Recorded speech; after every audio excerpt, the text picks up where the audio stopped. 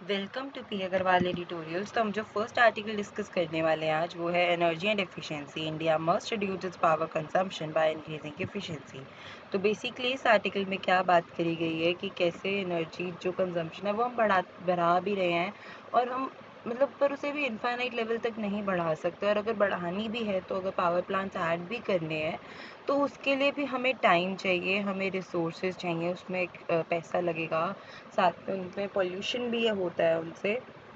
तो इन सब में बहुत टाइम लगता है। तो क्यों नहीं हम इनोवेटिव सॉल्यूशंस, कोई क्विक चीप सॉल्यूशन सोचते हैं जिससे कि हमारी जो पावर प्रोड्यूस कर रहे हैं, एक तो पावर डिमांड कम हो जाए और साथ में एफिशिएंसी बढ़ जाए जो एग्जिस्टिंग चीज़ें हैं उनकी।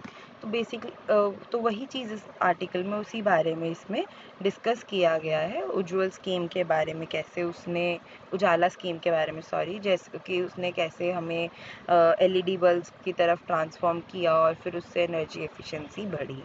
तो करंट पावर सिनेरियो यही है कि हम लास्ट 5 ईयर्स से तो रीन्यूएबल एनर्जी को भी यूज़ करके अपनी इलेक्ट्रिसिटी जनरेशन बढ़ाते जा रहे हैं, पर फिर भी पावर डेफिसिट हमारा 2020 से 2024 तक बढ़ा ही है, जो कि 0.69% से 5% तक हो चुका है। रीज़न क्या है कि जो हमारी पावर सप्लाई है वो डिमांड के साथ पेस नहीं रख पा रही है। नीड फॉर एनर्जी एफिशिएंसी, तो हमें क्विक और चीप सॉल्यूशंस की ज़रूरत है जिनसे पावर जो डिमांड है एक तो वो कम हो सके और हम क्लाइमेट चेंज से भी लड़ सकें साथ में। उससे क्या होगा कि एक तो हम डिले कर सकेंगे या हम अवॉइड ही कर सकेंगे कि हमें new expensive polluting power plants बनाने पड़ें। तो सक्सेस ऑफ उजाला स्कीम 2015 से 2025 तक, तो हम 10 साल उसके सेलिब्रेट कर रहे हैं उजाला स्कीम के। उससे क्या हुआ कि हमने एलईडी बल्ब्स के जो प्राइसेस हैं वो 500 से 70 रुपये ले आए। 37 एलईडी बल्ब्स दी गई, 407 करोड़ से और सेल हुआ।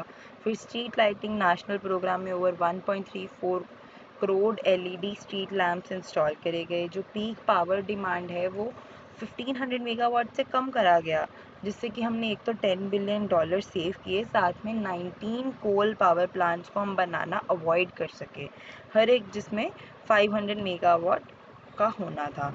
एफिशिएंसी बेनिफिट्स क्या हैं एलईडी बल्ब्स के, कि एलईडीज़ वर्सेस अगर हम सीएफएल्स देखें तो 50% लेस पावर यूज़ करते हैं। एलईडीज़ वर्सेस जो हमारे नॉर्मल ट्रेडिशनल वाले हैं उनसे 1/9 power. Significant cost savings consumers के लिए भी है, कंज्यूमर्स के लिए भी है और गवर्नमेंट के लिए भी है। राइजिंग एनर्जी डिमांड, तो अर्बनाइजेशन जैसे जैसे बढ़ती जा रही है, क्लाइमेट चेंज इतना एरेटिक है, तो उसमें ऑब्वियसली हमारी जो कूलिंग के लिए डिमांड है वो बढ़ती जा रही है। इलेक्ट्रिसिटी जनरेशन हमारे को इलेक्ट्रिसिटी की जो रिक्वायरमेंट है वो भी बढ़ती जा रही है। जो इंडिया का पीक पावर डिमांड है वो 250 गीगावाट्स लास्ट ईयर ही हिट कर चुका है। India third largest power consumer है वर्ल्ड में after China and US. Then coal dependency and future plans, तो हमारा 70% जो इंडिया का पावर है वो अभी भी कोल से आता है, और अब हमारे पास हम प्लान कर रहे हैं कि हम 90 गीगावाट ऑफ पावर प्लांट जो है वो 2032 तक बनाएं।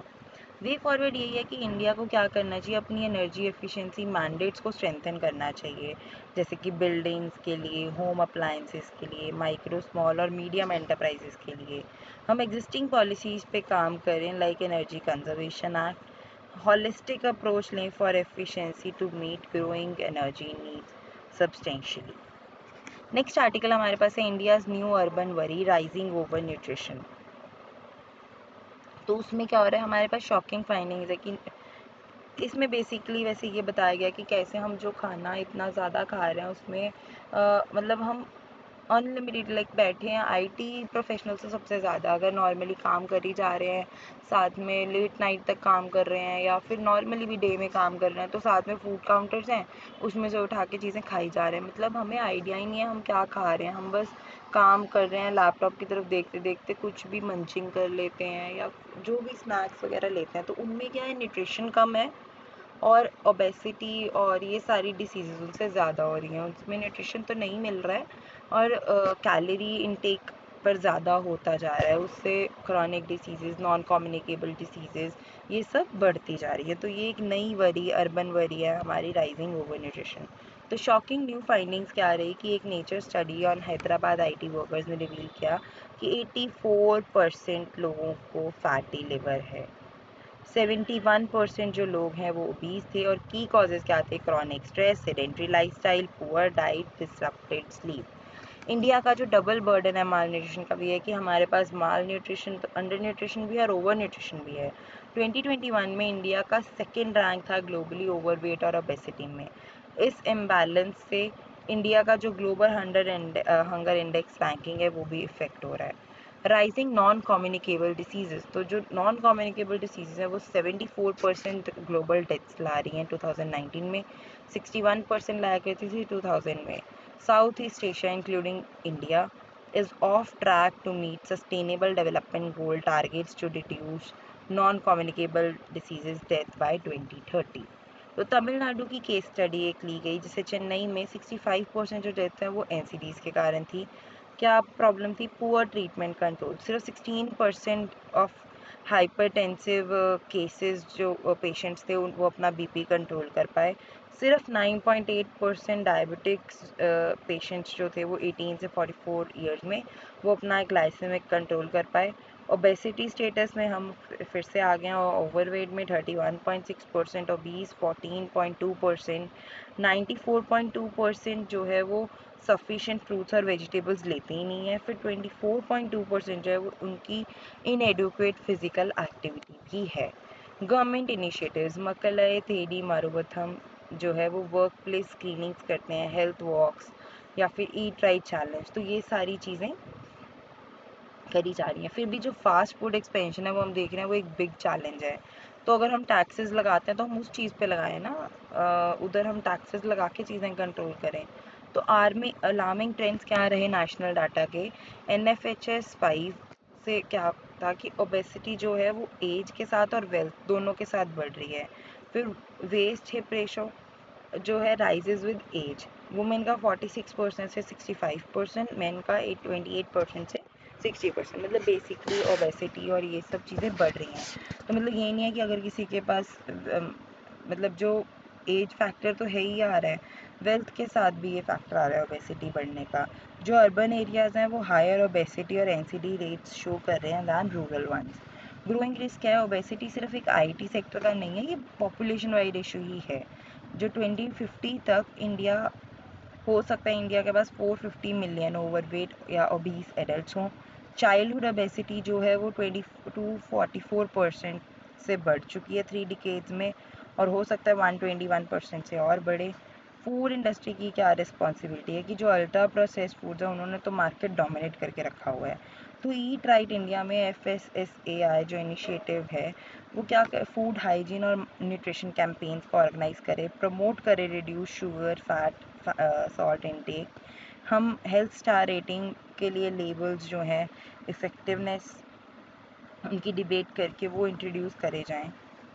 चीज़ें चेंज होने की क्या ज़रूरत है कि हम अवेयरनेस से रेगुलेशन पे आए। अवेयरनेस करके बहुत देख लिया, बहुत कैंपेन्स चला ली, लोगों को समझा लिया, बट लेकिन नहीं लोग समझ रहे हैं ना, लोगों ने इस तरीके से समझना भी नहीं है।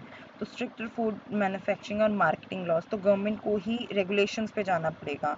फूड मैन्युफैक्चरिंग और मार्केटिंग लॉज को ही पकड़ो, फिर टैक्सेस लगा दो कि अगर हाई शुगर सॉल्ट फूड्स है तो हम टैक्सेस लगाएंगे। टैक्सेस वैसे भी इंडिया में हम हर चीज़ पे लगाते ही हैं, तो उन पे लगा के देख लो, क्या पता लोगों खाना ही कम कर दें।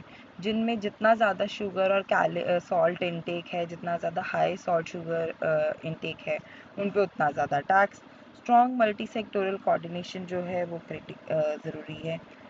Global best practices, Saudi Arabia का मॉडल इज़ वेरी नाइस। उसमें क्या है कि उन्होंने मैंडेटरी कैलोरी लेबल्स लगा रखे हैं, ठीक है। 50% टैक्स वो शुगरी ड्रिंक्स पे लगाते हैं और 100% टैक्स एनर्जी ड्रिंक्स पे। आप पे लोग लेना बंद कर दें।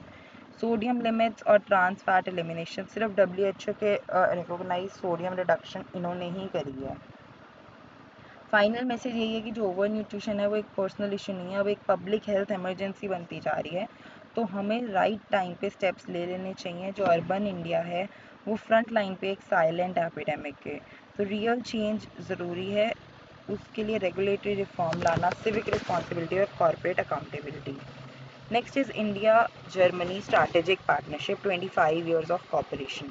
तो इसमें क्या बात हो रही है कि हम 25 ईयर सेलिब्रेट कर रहे हैं अपने स्ट्रैटेजिक पार्टनरशिप के जर्मनी के साथ। स्ट्रॉन्ग फाउंडेशन रही, म्यूचुअल विजन हमारा ग्लोबल पीस, स्टेबिलिटी, प्रॉस्पेरिटी और सस्टेनेबिलिटी रहा।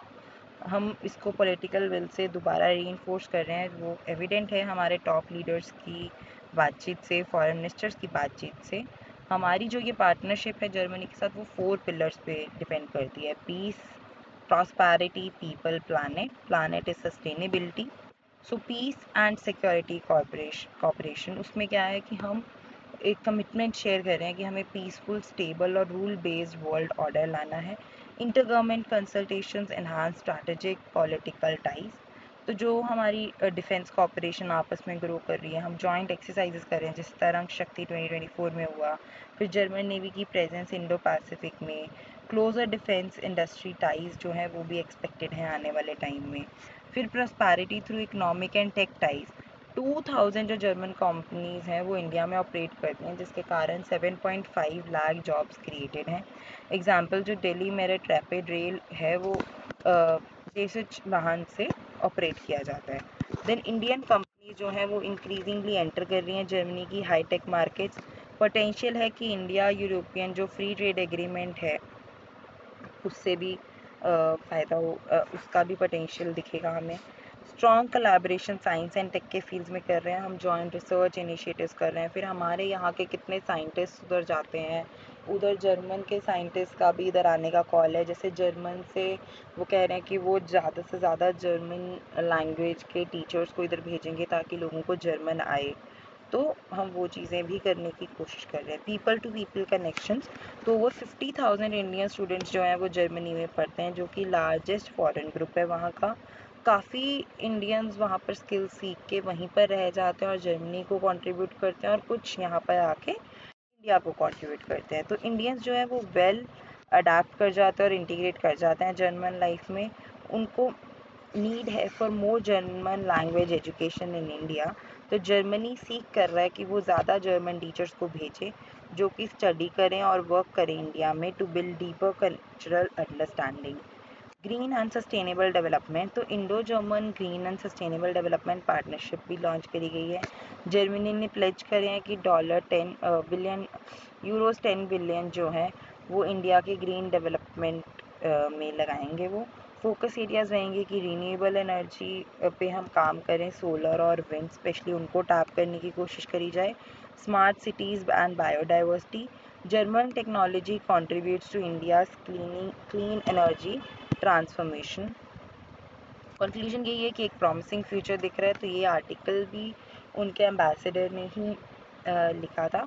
Optimistic about deepening ties in all areas, political, economic, social and environmental.